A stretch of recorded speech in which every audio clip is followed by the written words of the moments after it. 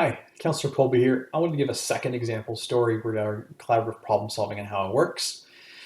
And this model was developed by Dr. Ross Green, and I encourage you to look into some of this material online, other videos that are out there, as well as things that I may have. But mom comes to me with her son and says, my sixth grader is just lazy every afternoon, doesn't do some of the things I want them to do after school, doesn't isn't taking care of the animals, isn't doing their laundry list of chores. And I get home and there's this big fight because I'm tired from work and I'm having to make dinner. My kid hasn't done anything in the afternoon and they're just lazy. They just don't want to do it. And so there's this constant battle of after school time and expectations with chores and fights that were going on.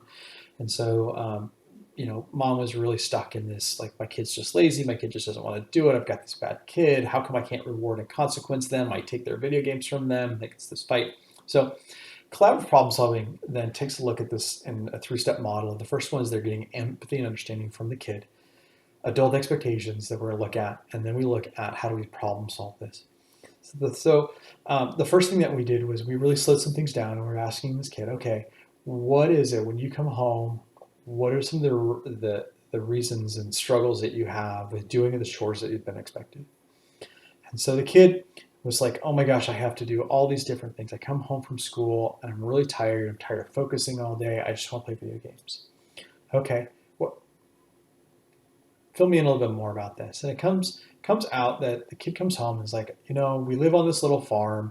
I'm tired of, I come home from school, I want to play video games. I don't want to go clean out all the pens. I don't want to change all the food. I don't want to change all the water. I don't want to do all these things for these animals I don't even like, and blah, blah, blah. Like, kind of this big thing of what had been built up in his mind of expectations every day after school.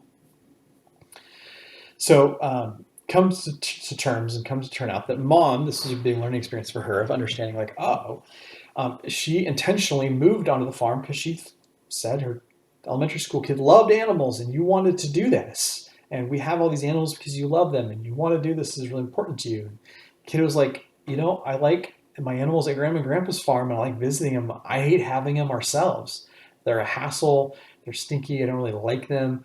I really only like the dog. And so this funny thing of mom had done all this work and worked so hard to kind of build this miniature farm. And after a while, the kid was like, I don't even really like this. And so the other thing that came into light is that the kid had in their mind expectations that they had to clean the pens and do all the food, do all of these things on their own without help that they really didn't want to do if they're tired after school. And mom was like, no, no, no, no, no. I want you to check on the animals to make sure they're okay. And if you need food and water, put that. But mom didn't have this expectation that it was going to take hours. Mom had an expectation that it was going to take minutes. And so mom was able to then take a look at that and go walk through the scenario several times. When she got home from work, we're going to spend the 5 minutes to walk through together what I'm hoping that you do with the animals. And the kid got a better understanding of expectations. It felt more realistic for them. And as a result, when we looked then also at the how do we compromise on some of this, they got rid of a lot of the animals that that mom was like, yeah, I don't mind so much. These animals are too much work for us anyway. It's just us. They ended up with just a few animals left over and the dog. And it really shifted to where the kid could come home, spend a few minutes playing with the dog, walk through, take care of a couple of the animals a little bit, do the bigger chores with mom's help on the weekends or when they had more time, and then go back and have his time to play his video games, to relax, do whatever else needed to be done. Then when mom came home, there was no longer this battle of nothing's done and the kid being overwhelmed and the mom being constantly mad. So that's a quick example also of how collaborative problems through 3 steps can work out to resolve some problems more long term.